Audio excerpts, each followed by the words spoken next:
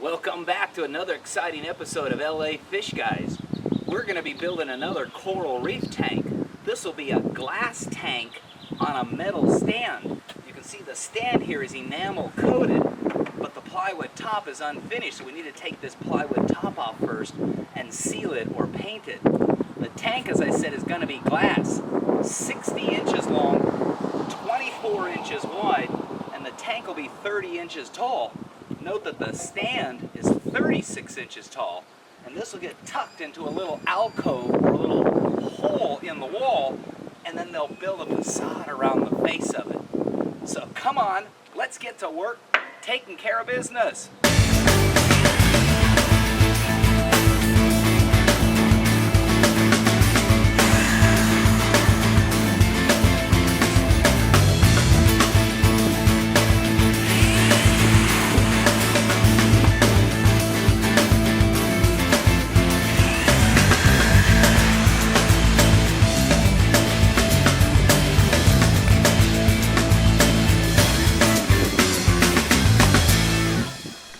So as I mentioned, it's a pretty impressive metal stand. You just kind of have to stop and ask the question, why didn't they paint or seal the piece of wood when they put it on top of it? Well, anyhow, that's another question, and we'll go ahead and paint it ourselves. We'll use some of that white paint, giving it that laboratory look that I always like. Ironically, once the tank's on top of it, you'll never see this white platform again. So why a metal stand? Well, the alternative would be a wooden stand. And since my carpentry skills are, let's just say, not up to the liability standards that I'd like it to be, I had strongly suggested the metal stand. And the homeowner has a finished carpenter, but not a regular carpenter, so we opted to go with the metal stand. You can see this is 2-inch square stock steel welded together. It has a powder or enamel coating on there that'll help prevent corrosion. This stand is 36 inches tall. In each corner, there are little flat plates that allow you to drill holes into the foundation, so you could actually secure this to the foundation of the home. So this will be quite a durable stand. And with the bottom side of the platform already painted and dried, we'll go ahead and flip it over and give a coat on the top side. Now, why are we painting this? Well, actually what we're attempting to do is seal the wood. Since this is the area that will be where water may collect, whether it be dripping down the front or the back of the aquarium, this area needs to be preserved in a sense, because the wood, if not protected, would in the long run rot, or at the very least create some mold or possible mildew. Doesn't take that long to seal it up with some paint. It also gives it a very attractive look. So you can see here we've got cutouts in the plywood top, which will accommodate the drain line and return line from the internal overflow in the tank, as well as a suction line for the circulation pump in that tank. Now, one of the miscalculations that I made was originally we were going to fill the tank with 200 gallons of real ocean water. But I fear by this weekend I'm not going to have 200 gallons left. So what I'm going to do is I've dug out a 200-gallon container that was in the back. We're currently bleaching it out, get rid of all the dirt and such on the inside. And we're going to go ahead and make 200 gallons of RO water, and then we'll mix up the Red Sea brand salt in this container. We'll in turn pump it into that 100-gallon container. Obviously it'll take 2 trips, and we'll take out reverse osmosis made synthetic seawater, 200 gallons for this 180-gallon glass reef tank. So the first step is to prepare the container that I'm going to be making that synthetic seawater in. This is one of the 200-gallon containers that I have sitting out back. It's grown a little bit of algae in there, so we're going to take and rinse it out. We'll pour some bleach in there to try to sterilize it to get rid of as much of the algae or any other buildup as possible, and again, rinse it out real well. And with the container rinsed out, we'll go ahead and get it into position. Then we need to start working on the reverse osmosis purification system itself.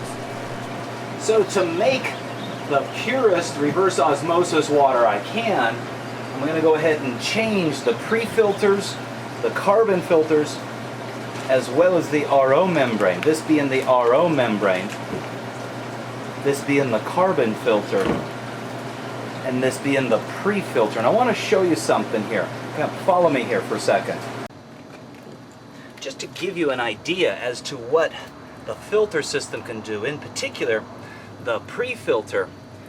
This is a spun wool filter. It traps out particles. This has probably had 3,000 gallons pass through it. This is the first line of defense in this purification system. This is what a new version would be like. Just look at what that has trapped out, or what could have ended up in your aquarium or my aquarium or in your stomach. So that's a good reason to pre-filter the water. And of course, in the case of a reverse osmosis unit, you have to do that. So we're going to put this new spun filter in. We've also got a new carbon filter to put in as well. This reverse osmosis purification system is designed so that the water has to pass through that pre-filter first, then through the activated carbon filter before the water is allowed to enter into the reverse osmosis membrane cylinder. Okay, so after a few attempts at trying to secure the fittings, in particular the two at this end, they're compression fittings, and I guess I was getting the little inserts in the wrong spot because I kept having leaks, but so far everything appears to be fine and I see no leaks.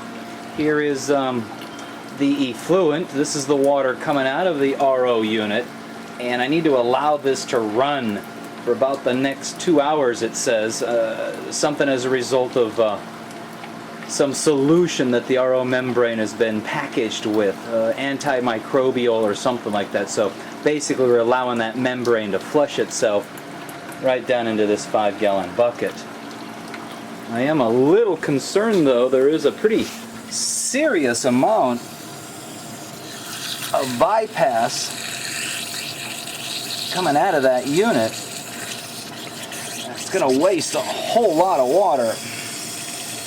And so that's the one downside to reverse osmosis, is for 1 gallon of good water it makes, it can pump anywhere from 1 to 5 down the drain. So it is, to a minor degree, a little bit of an expensive means of purifying water.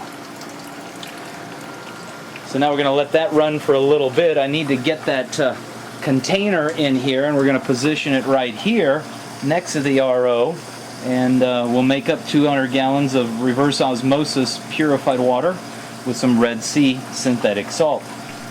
In the meantime, we can go ahead and paint the edges of the platform so that it does look completely finished and professional.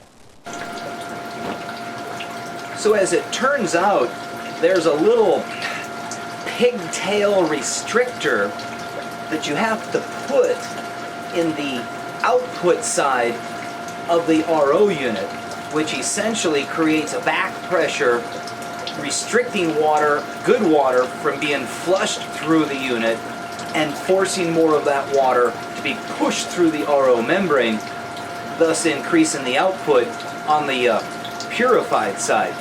I didn't realize it until I tossed it away in the trash can, so I ended up by accident remembering it and finding it. I put it in there, and there's at least 3 times the improvement in the water leaving, purified water leaving the RO unit, and I'd have to say a good 50% plus decrease in wastewater going down the drain. So that just saved me on my water bill by remembering of that little restrictor. So again, an RO unit works based on how much water is either flushed by the membrane or how much water passes through the membrane. And now with the platform dried and ready to be attached back to the top of the stand, we'll position it just to make sure that everything, in particular the 4 original screw holes, still line up. Doesn't that look much more professional? Nice, clean, laboratory grade, white top.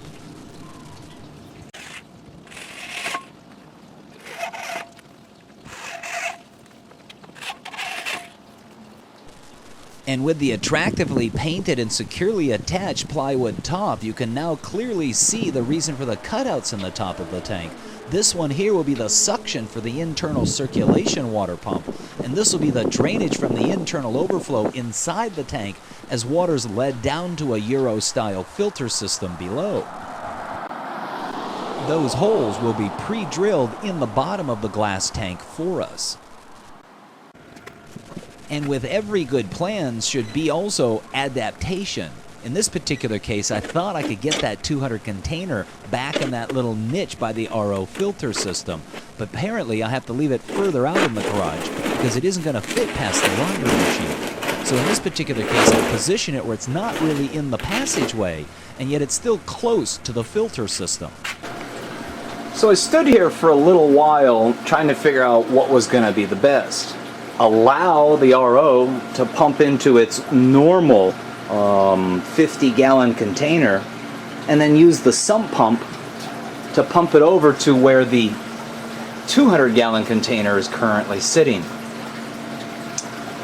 My fear being that line that I ended up running across there, but I stood here and there's this whole spool of that semi-rigid airline. So it isn't going to cost me that much, so I fussed around with those silly fittings there and finally got them to not drip. And now, other than this line reaching across the pathway here, I'm filling up the 200-gallon container with brand new RO water. Later on this week, we'll mix in the salt, assuming I don't clothesline myself at some point as I walk by here, or forget it's on and flood the garage. So one final thought as we conclude part one of the installation of this 180-gallon glass coral reef tank. The stand is a sturdy 2-inch square stock metal, and you can see it's well built. It's got this support across the center, which means anything I put in here isn't going to sit level because I have to deal with that beam across the bottom here. So it's a little bit of a, not setback, but something I didn't think of. But in thinking about it, it does give us a chance to build not only a platform down there, which could be something as simple as a piece of plywood, and will most likely be 1/2-inch thick plywood. Certainly we'll paint it so it'll look real nice, but I could put an edge on there, which would, in a sense, serve as a bit of a catch pan in case there's any leaks that occur out of the filter, because all of this stuff, including the water pump, is going to sit inside that little catch pan. So there is a benefit there. So now we just need to get everything coordinated. The tank's going to be delivered next Friday. Be a unique situation. We're going to try to offload it from the delivery truck straight into my van, minimizing the number of times I have to carry it, because glass is a whole lot heavier than an acrylic aquarium. So be sure to come on back for part 2 and see how we deal with receiving and delivering the tank, as well as the stand to the homeowner's location.